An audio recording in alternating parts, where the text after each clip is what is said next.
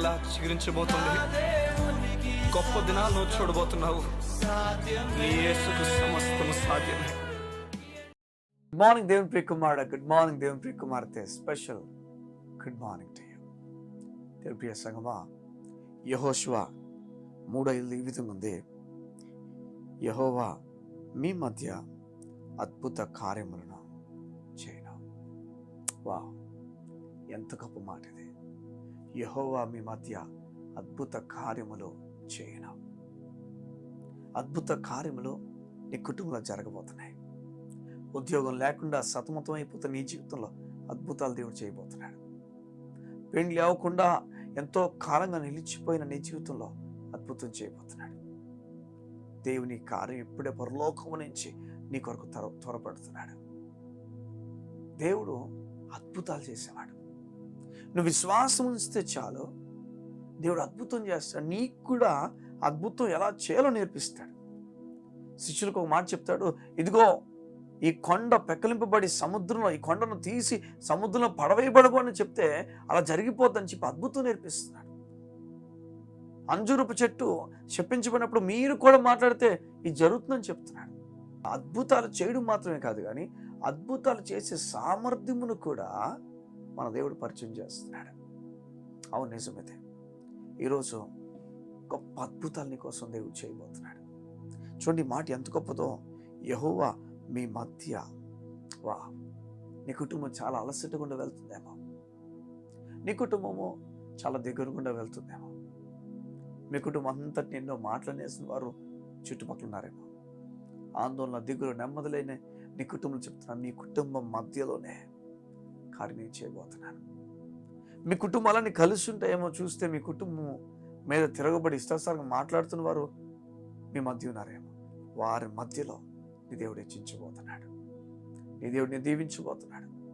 చూడండి, ఈ లోకపు శ్రమను సహించటం ఒక క్రైస్తవుని తలకు లక్షణం. ఈ లోకపు శ్రమను అయ్యో నేను సహించలేను, నా వల్ల కాదు అన్నంతగా దేవుడు ఏది చేయడట. ఏదైనా మనం సహించే దాంట్లోనే ఉంచడట, సహించలేని దానికి ఇప్పుడు తీసుకుని వెళ్ళట. ఆ సహించే దాంట్లో ఆయన అద్భుతం చేస్తాడు. అది ప్రపంచానికి ఆశీర్వాదంగా నువ్వు మారిపోతావు.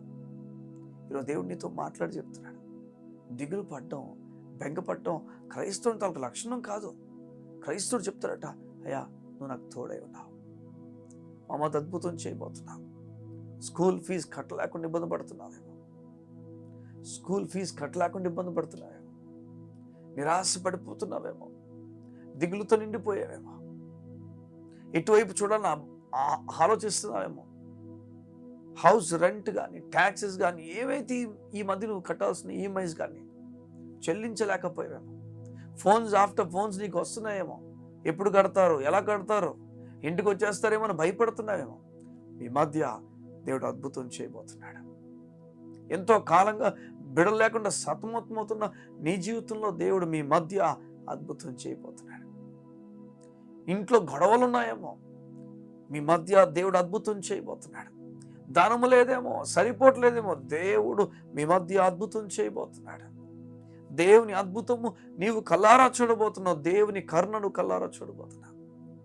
యోధన ఈ మాటను పట్టుకొని, యెహోవా మీ మధ్య అద్భుత కార్యములు చేయనున్న మాట పట్టుకొని ప్రార్థన చేద్దాం. ఈ దినమే దేవుడు అద్భుతంగా చూడబోతున్నా. కళ్ళు మూసుకున్నట్లయితే మీ గురించి నేను ప్రార్థన చేయడానికి ఇష్టపడుతున్నాను. మా ప్రియ పరలోకపు తండ్రి, నీకు వందనాలు. నీ బిడ్డల వారి జీవితాలు, వారి కుటుంబ మధ్యలో, వారు అలిసిపోయిన వారి చోట మధ్యలో అద్భుతంగా ప్రకటించుచున్నాను. దైవికమైన అద్భుతం ప్రకటించుచున్నాను. నెమ్మది ప్రకటించుచున్నాను. ఊహించని కార్యం ప్రకటించుచున్నాను. ఎవడు ఊహించని విషయాలు వారి జీవితంలో జరుగును గాక. దేవుని కార్యముతో నీ బిడ్డలు నింపబడుతురు గాక. సమాధానము వారు వెతకి వారి జీవితంలో కనుగొందురు గాక.